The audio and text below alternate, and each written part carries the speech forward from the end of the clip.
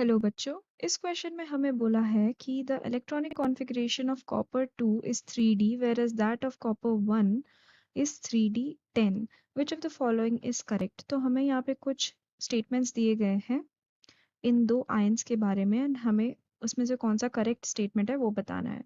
तो इस क्वेश्चन में जो की कॉन्सेप्ट है वो है रिगार्डिंग द हाइड्रेशन एंथैल्पी।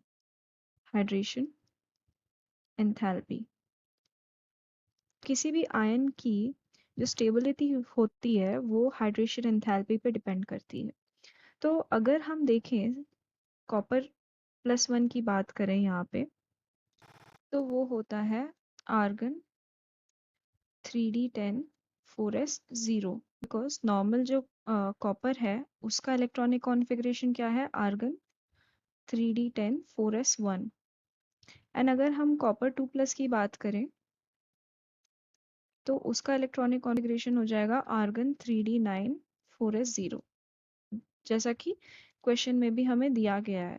तो नॉर्मली देखने में तो हमें ये लगेगा कि कॉपर प्लस जो है कॉपर +1 स्टेट में ज़्यादा स्टेबल है बिकॉज यहाँ पे आप डी ऑर्बिटल को देख रहे हो तो वो फुली फिल्ड है डी ऑर्बिटल। ठीक है, एंड हमें पता है कि फुली फिल्ड ऑर्बिटल हमेशा ज़्यादा स्टेबल होता है, लेकिन ऐसा नहीं होता। ऐसा क्यों नहीं होता? बिकॉज जो आयंस की स्टेबिलिटी है जैसा कि मैंने बोला, ठीक है, आयंस की जो स्टेबिलिटी है ये किस पे डिपेंड कर रही है कि ये हाइड्रेशन एंथैल्पी पे डिपेंड कर रही है। तो क्या होता है कि जो कॉपर 2 आयन है ना ये स्मॉलर है as compare to copper +1 ion. इसके कारण क्या हो जाता है कि पहली बात तो साइज स्मॉल हो गई और उसके कारण जो चार्ज है इस आयन पे because of the presence of all the electrons, ठीक है, वो एक्यूमुलेट हो जाता है। ठीक है, एंड वो जो आयन है वो कॉन्सेंट्रेटेड रहता है। तो अब क्या होता है कि जब ये पोलर वाटर मॉलिक्यूल्स के साथ ये बाइंड करेगा तो ये इजीली बॉन्ड बना सकता है। तो अगर ये इजीली बॉन्ड बनाएगा, इजीली मेक बॉन्ड्स, यहाँ पे आ जाएगा bonds with polar water molecule.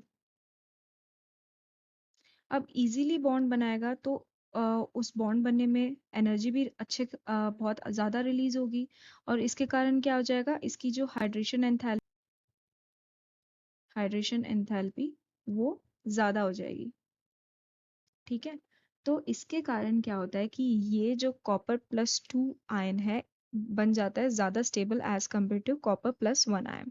तो ऑप्शंस में देख लेते हैं, कॉपर +2 इज स्टेबल तो ये फर्स्ट वाला ऑप्शन सही रहेगा। कॉपर 2 इज लेस स्टेबल ये गलत है। Then copper 1 and copper 2 are equally stable ये भी गलत है। Stability of copper 1 and copper 2 depends on nature of copper salts ये भी नहीं सही है। तो option 1 will be the correct answer. So I hope you have understood. Thank you.